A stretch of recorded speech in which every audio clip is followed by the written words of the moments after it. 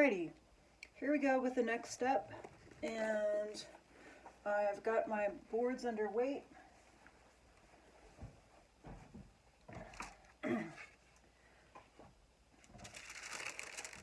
they warped a little bit, but I'll put them back under weight and they should flatten out. So I got a little bit ahead of the demo. The next step you'll be doing is gluing the back page and front page, the end papers. So in the box there should be some different types of Asian papers. This is called cherry. My students call it barky paper because it's got little flecks of bark in it. And you can get creative with what type of paper. You can do it in different layers. I'm just going to do one layer. So you want to tear this or trim this a ½ inch smaller than your board all the way around. So basically what I was doing was just eyeballing it and laying the paper on the board in a corner where it looks nice and covers up a lot of earlier mistakes, and then using a ruler or straight edge, find your other side and go ahead and tear that. If you want it more precise, you can trim it with an X-Acto blade on your cutting mat or your cutting surface. And but I like the deckled edge, the torn edge. And then on this one, my edge is a little bit of a, it didn't cover the whole way, so I could tear a little scrap and glue that down.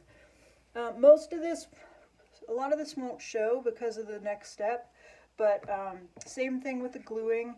You'll glue on the rougher side. I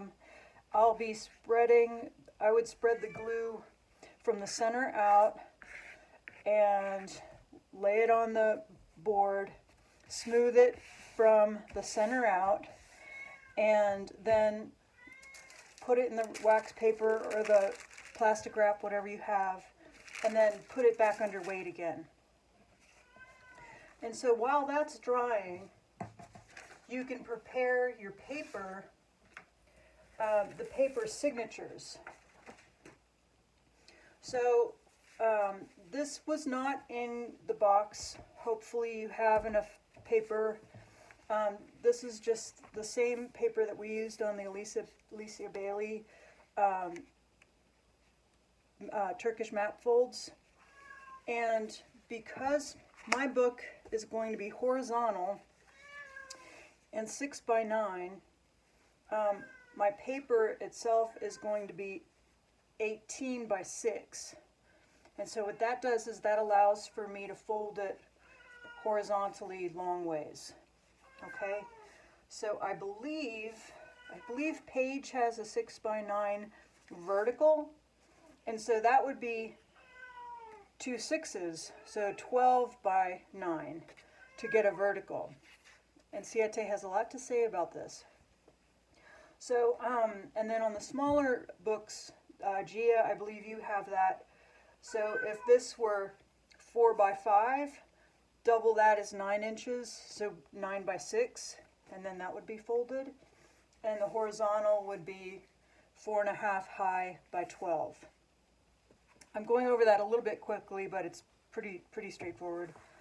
And then you'll fold each page in half, and when you're done folding, and there's most students had about 10 folds, and it depends on if you want a thicker book or a thinner book. It's up to you. I'm putting them together in a stack, and this becomes what you would call a signature, and that's just the grouping of my pages together. Okay, some binding is really reliant on the signatures. Ours is not, but it's a nice way to think about it. So I have 3 signatures, and I'll show you why here. If I had them all stacked together in one big lump, the edge, it kind of goes to a little point, and that is going to be annoying when you start looking at your board to bind it. So, and this is the spine side, and this is the open side.